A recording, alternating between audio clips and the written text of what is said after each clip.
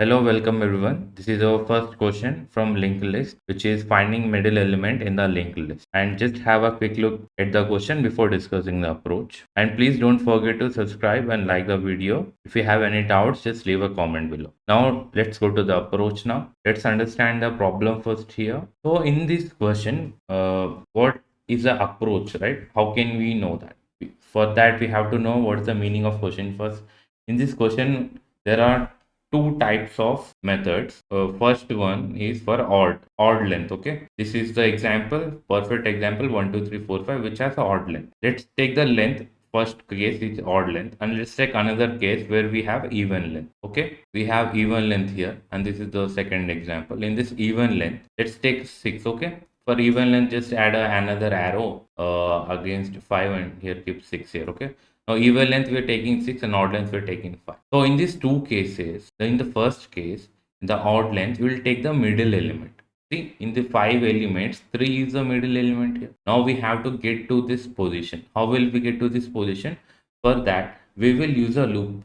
For loop. Okay, we use for loop or while loop also. Anything is fine, for or while, both can be used. So now we have to iterate this. Okay, we have to iterate this using a while loop here or a for loop, whatever is possible here. So if we use a while loop here and iterate the whole array and take an element account equal to 1 here at the start. Okay, we will take count equal to 1 at the start. Now after each iteration we will update this value. Okay, after each iteration if we update this value, like at the start it was 1. Okay, and remember, at this arrow we are only comparing these arrows. How many arrows are there? Like 1, 2, 3, 4. Only 4 arrows are. That's why we're starting count as 1 here earlier, because one element already we have, right? So that's why starting with 1, and we'll comparing dot next, dot next, dot next, dot next. How many dot next we have? Only 4. The last dot next is a null value, so we won't use count here. So that's why we're starting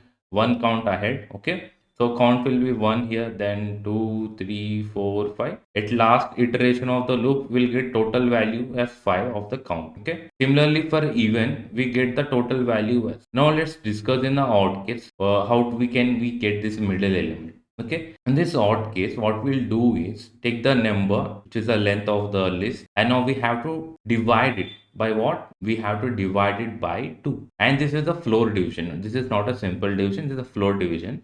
In this floor division, what happens is we get the lowest value. Okay, suppose 5 divided by 2, exactly we get 2.5. If we divide it, we get exactly, we get 2.5 here exactly. But in this floor division, what happens is it will take the least value.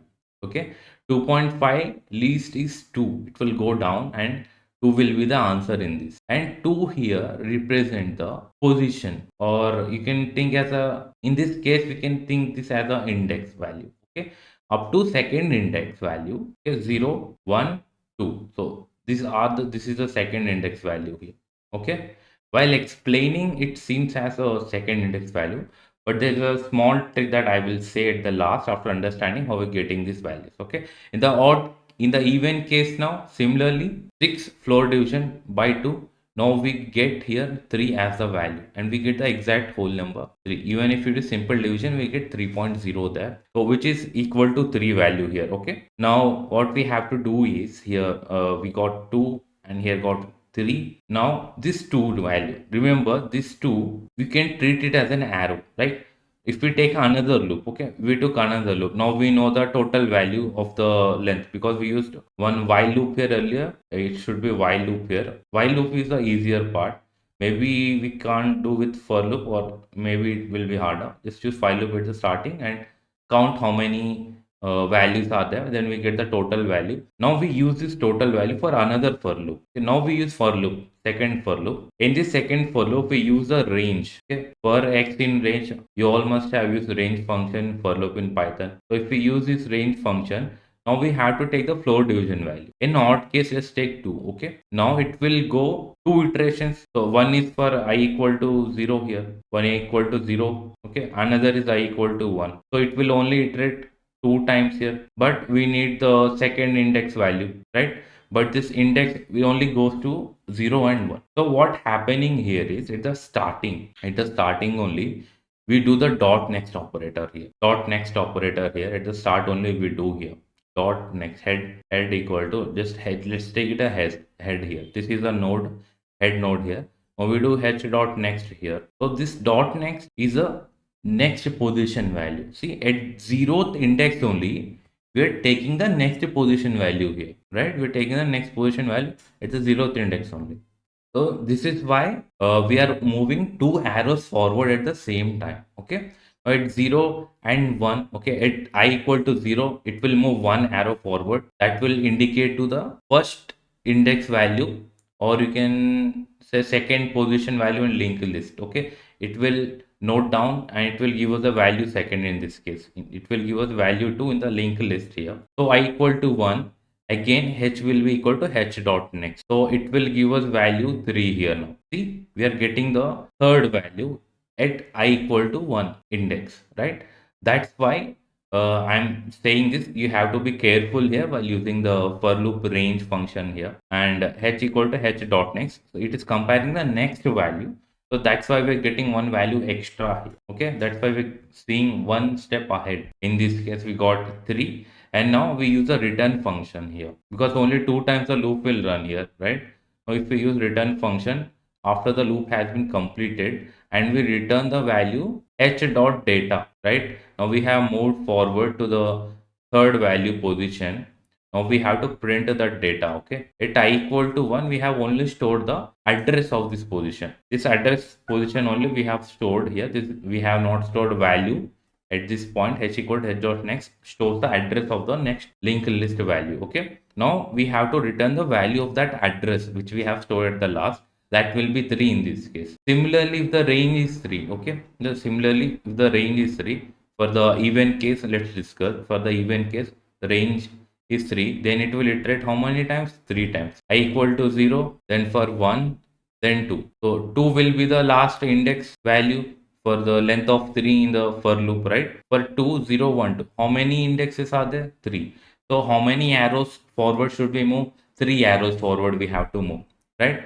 Using this h equal to h dot next, we're moving 3 arrows forward. See, this will be the first arrow, and this will be the second arrow, and this will be the third arrow. So this third arrow is pointing towards the next value, okay? And this is the value that we need in case of it is an even number, right? We have total 6 values here. In case of even number, we have to get the second middle element. We have to get the second middle element in case of even here, right? So we get that fourth value here, then we simply return, okay? In both cases, the process is same. We just return the h dot data similarly that we have done here. That will be the same here. I hope you have understood the concept. If you still not understood the question, let's move on to the coding part. I hope with the coding part it will be much clearer to you.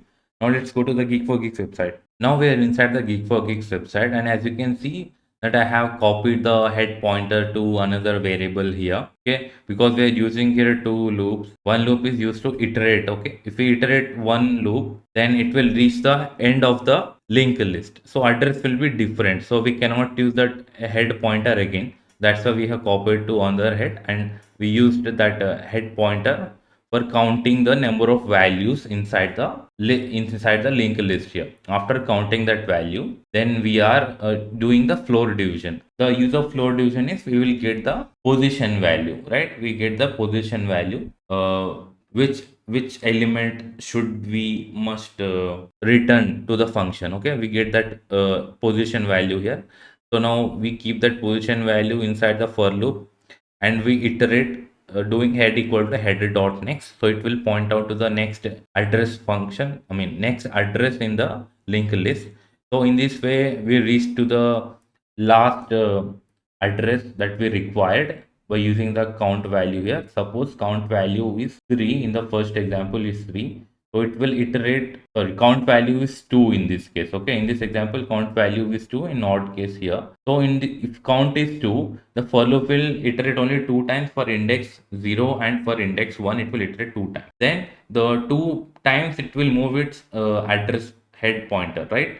So 2 times is this arrow, and another arrow this one. After moving 2 times, it will point out to the third element. See, we get the third value as the output. Okay, so this is the code. I hope with explanation along the code. I hope you have understood the question. If you have any doubts, just leave a comment below. If you like the video and answer the question, please give us a big like, and please subscribe also. If you have any multiple IDs, please do subscribe with all those IDs. It will be very helpful for our future channel to grow. We will bring more topics on Python, and we'll bring more topics in the future like AI and ML. Thank you for watching till the end. Let's meet in the next question.